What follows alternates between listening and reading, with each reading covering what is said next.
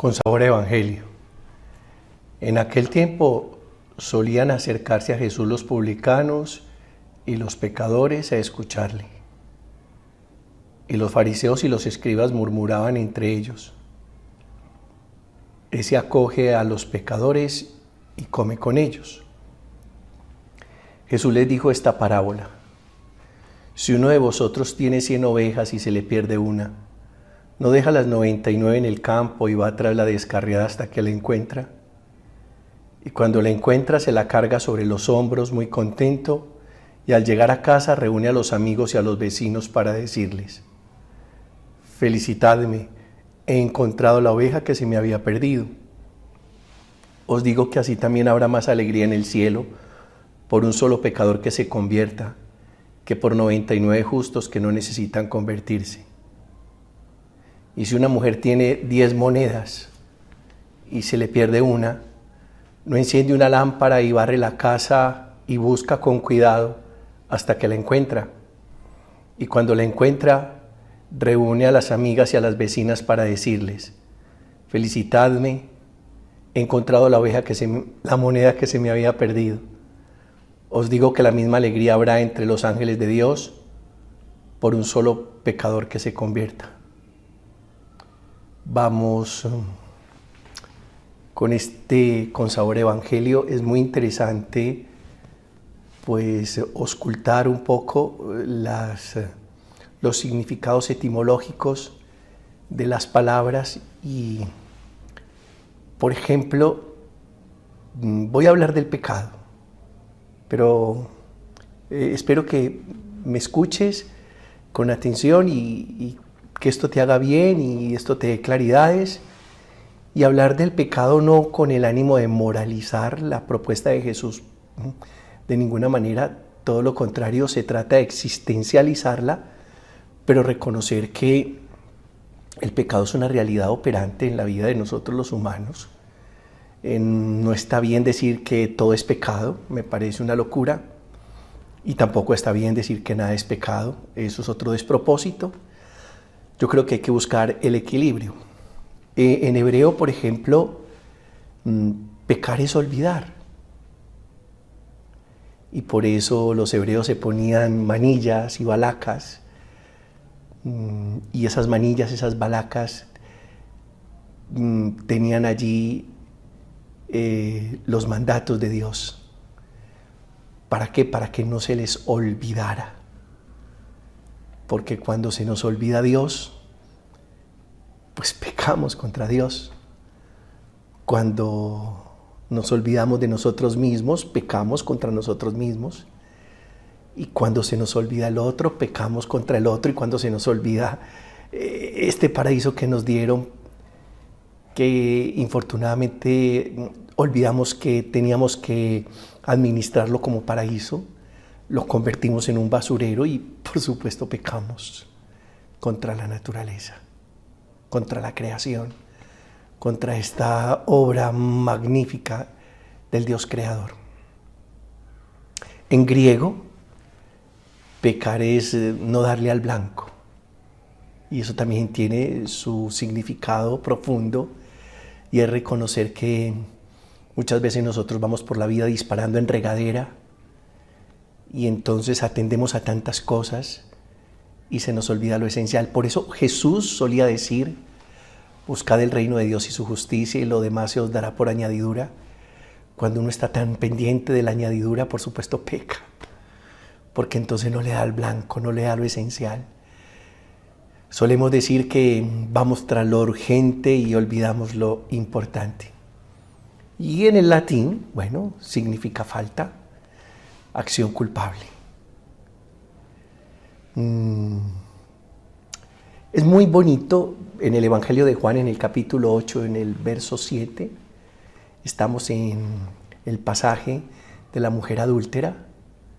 Jesús lanza esta expresión que se convierte en una bomba molotov: el que esté libre de pecado, que tire la primera piedra. Y es porque el pecado es inherente, o errar, fallar, equivocarse, no darle al blanco, olvidar. cometer una falta es inherente a la condición del ser humano. ¿Qué podemos decir del pecador? Del pecador podemos decir muchas cosas, o de nosotros, pecadores, para no excluirme ni excluirte. El pecador es un necio. Y la definición de necio que uno encuentra en el diccionario, necio es aquel que insiste en los propios errores o se aferra a ideas o posturas equivocadas. Ignorante. Y digamos de entrada que el peor pecado del ser humano es la ignorancia. También podemos decir que el pecador es un desobediente, es decir, que no acate instrucciones u órdenes que se le dan, que lleva por dentro una rebeldía. Nosotros en teología hablamos de la tal concupiscencia, que es esa inclinación a hacer lo que se nos ocurre, nos da la gana, nuestras rebeldías. Y la verdad es que muchas veces nos expulsamos nosotros mismos del paraíso a razón de nuestras propias rebeldías. Pecador es un extraviado. Verbo y gracia, la parábola del hijo pródigo, que no la leí, era a continuación de esas dos parábolas de la oveja perdida y de la moneda perdida. Pero, ¿qué pasó con el hijo pródigo? Que dio la parte de la herencia que le correspondía, se extravió, se marchó de casa. Y extraviarse es alejarse de casa, es irse de uno mismo, es embolatarse afuera. Y también podemos decir que el pecador es un esclavo. Y Juan 8:34 pues lo ratifica: los pecadores son esclavos del pecado. Y por eso Gálatas 5:1 nos enseña que para ser libres Cristo ya nos libertó, que es muy importante que permanezcamos en esa libertad.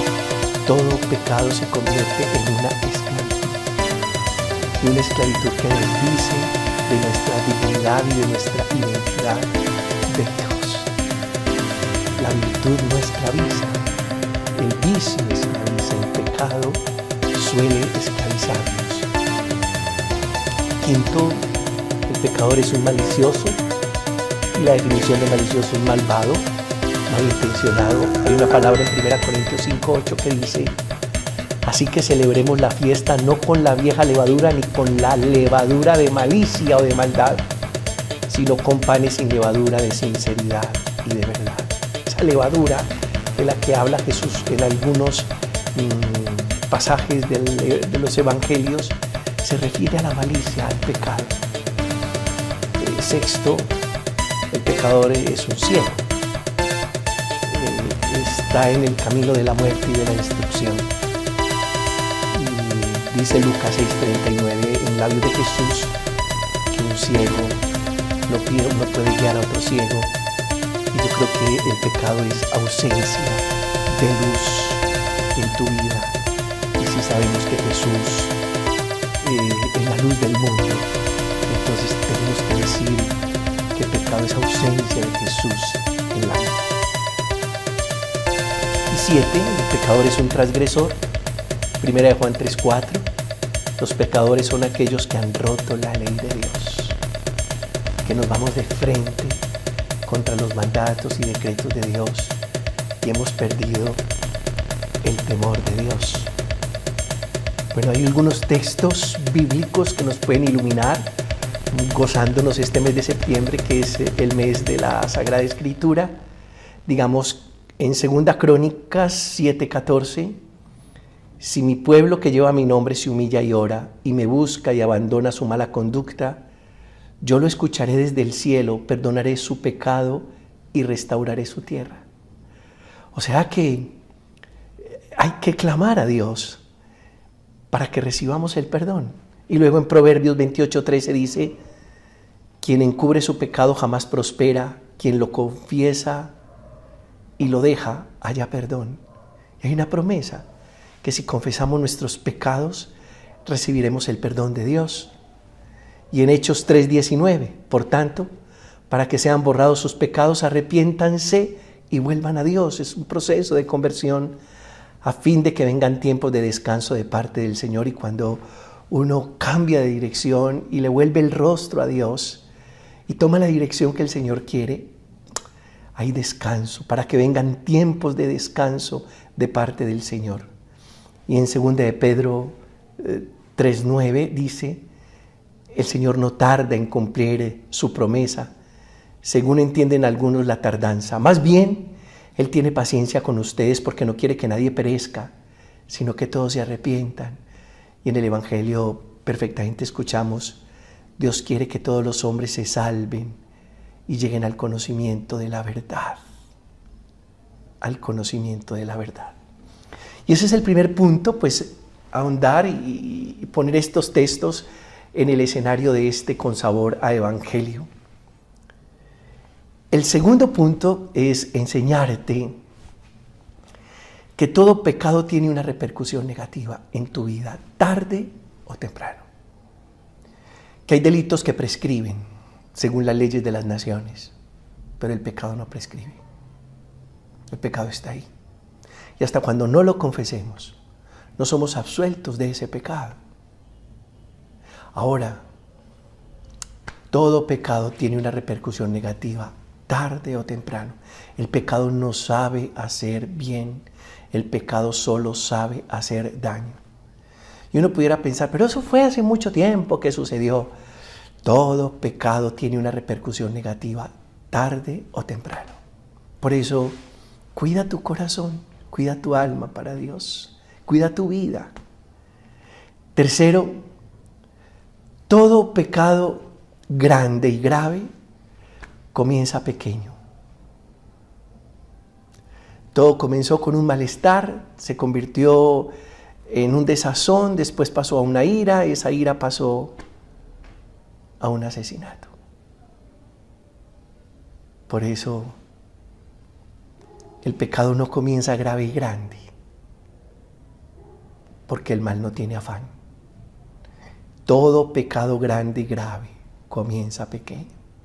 Esa infidelidad que destruyó tu familia tuvo un origen, un coqueteo, un guiño, una salida a almorzar, a cenar. Yo no le veo nada de malo a eso. Un mensaje de texto, un emoticón. Todo pecado grande o grave comienza pequeño. Cuarto, el pecado suele envanecer al que lo comete. Uno se hincha. La soberbia, que es un pecado capital. Es decir, uno quiere pasar por encima de Dios.